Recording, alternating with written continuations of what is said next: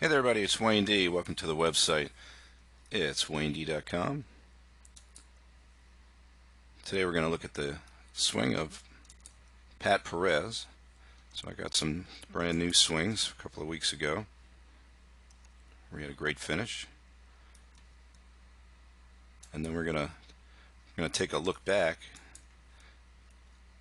because I played in the 2002 PGA, and since I didn't play the weekend and there was a rain delay on Friday, I got a picture of Pat on the range, and that happened to be the first year that he had qualified for the PGA Tour. So I've got that swing. And then in 2008, I think it was, I played in the, I can't remember what they called it then, the Kemper Open or at Congressional. So I've got a couple of swings of him from there. So that should be pretty interesting to see. Let's take a look at the latest. So we got a pretty good shot here off the tee. Camera is still, and it's pretty much right behind his hands. It's a little bit on the high side, obviously, you can tell. But since the camera's stable, then some of the lines actually work. So we'll see a couple of things, and when we look back at his older swings, we can see a few differences. Now what's real interesting here to me is the takeaway. So obviously this is not what you would call a normal move. It's going to take the club off from behind the ball. It's going to lift the entire club up, including the grip and the club head. The club head a little extra, so you can see how the club is now pointed out a little bit. Now he's going to take it up. So this is what I would call, again, the right forearm takeaway. So as he gets to P2 here, you can see the left arm is now pretty much facing the camera. So the golf machine would call that the left arm flying wedge.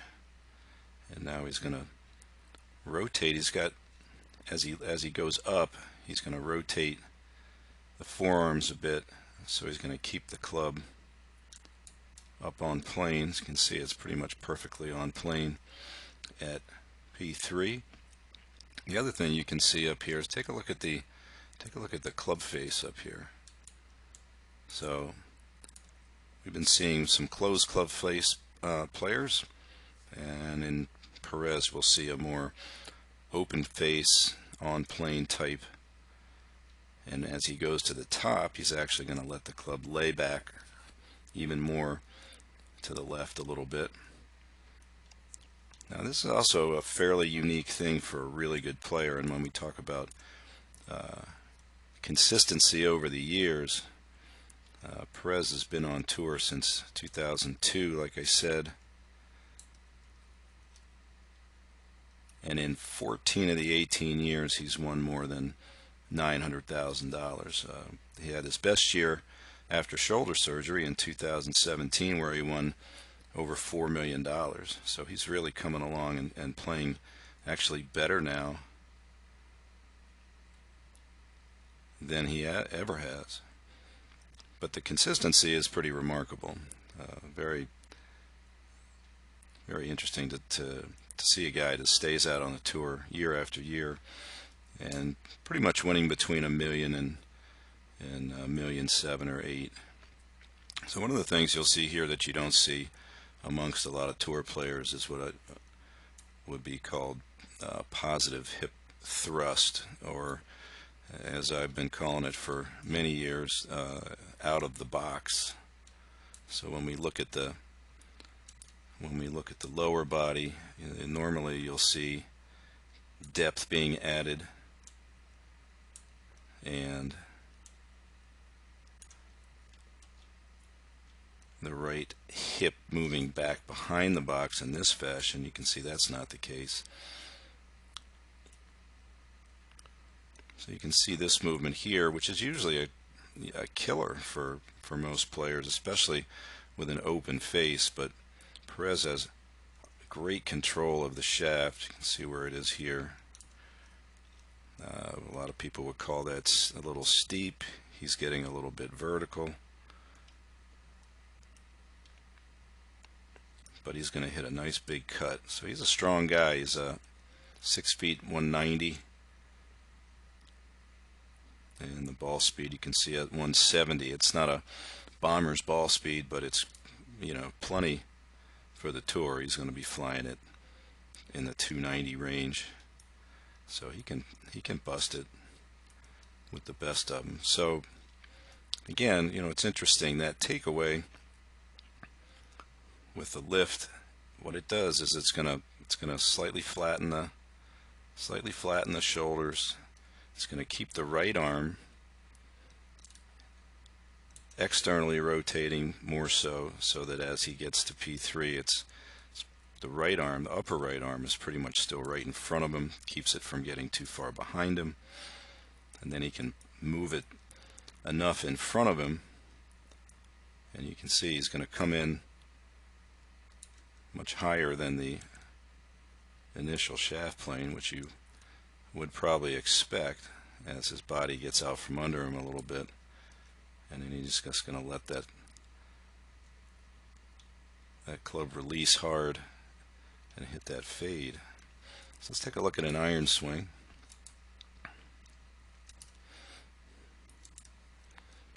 So we're going to see a little bit of the same thing with the takeaway. So if you watch, the club head's going to go in this direction.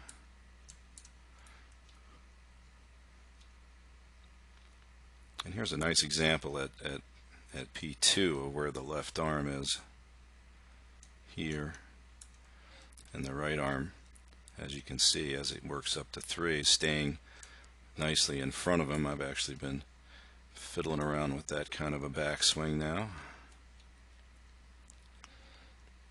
You can see as the club moves out, the right wrist is going to extend a little bit. The left wrist would probably be a little flatter here, and a nice neutral to flat position at the top, with the club definitely pointing left a little bit. Doesn't need to shallow it very much, but if you look at the hand path, where's it going? It's going right out at the ball. So there you see the shaft in good shape coming down. So a lot of the finishes that you see here are a little held off. So you see the left wrist remain extended and the club stay in front of him. So he hits a lot of these hold off kind of irons. He likes to fight the ball. Here's a swing from not quite face on.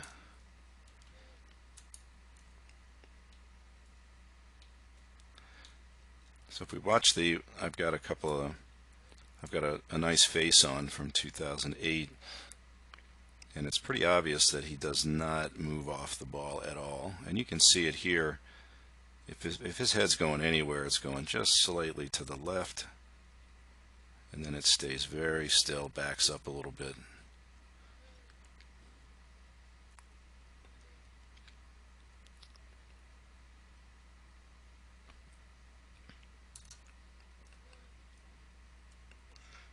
And then you can see, again, pretty good example of even though it's a little blurry, you can pretty much tell that's a drive hold type release there. I think he's hitting a 3-wood here. Very solid, very stable. So let's go way back. Way back. So he probably has never seen this swing because I took it. Like I said, it's very interesting. This is Hazeltine, and Hazeltine does not have a lake on its driving range. But it did that day because on Friday of the 2002 PGA, it rained so hard they had to call the round. It rained like 3-4 inches, and the range turned into a lake. So I went out and finished and missed the cut, and then I came back with my camera and tripod on the range and started filming some guys, because if you're playing in the tournament, they won't kick you off the range. So this is a young. So Pat turned pro in '97. He played for Arizona State. They won the national championship. So he had a nice college career. And you can see, for the most part, he's a little bit more of an open-faced player, like I said, and he's always had the club out in front of him. You can see the face here. So again, it looks like he's been more of a fade type player for quite a while. So let's go side, and we'll look at this is also film he's probably never seen, so if he ever watches this. I took these pictures. Again, I was playing in the tournament, so you get to hang out on the range. I'm sure not too many guys do that. So this is what I was talking about. I don't know if he was doing a little stack and tilt type thing here, but it definitely, as you're seeing this, he's going to load a little more center with the head moving left.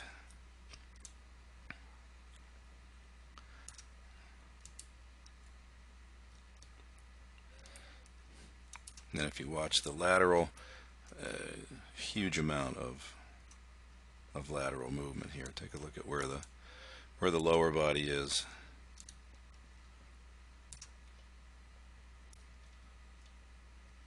And you can see he's never really driven the upper right arm way in front of him, but obviously his hands are able to get way forward.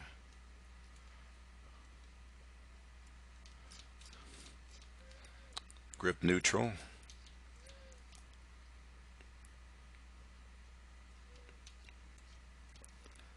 Now if we look at the down the line view,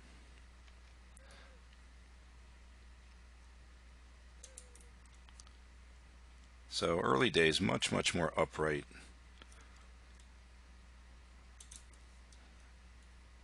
So you can flip it over to, I believe this is 2014, might be in the match play.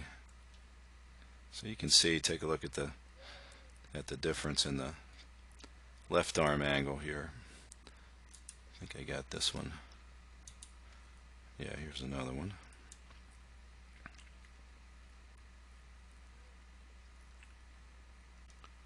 So you can see a little hint of that club lift there, and round it off. So here he's getting the club a little more behind him. Let's look at the difference here. So, you know, players are always, and like I said, he's so consistent that even though his swing looks massively different. And that one might be a little extra flat, just because of the fact that it looks like he's got the ball slightly above his feet. But there, that's a pretty good example. So if we go to that iron shot again on just last week, pretty similar, just a little more in front of him.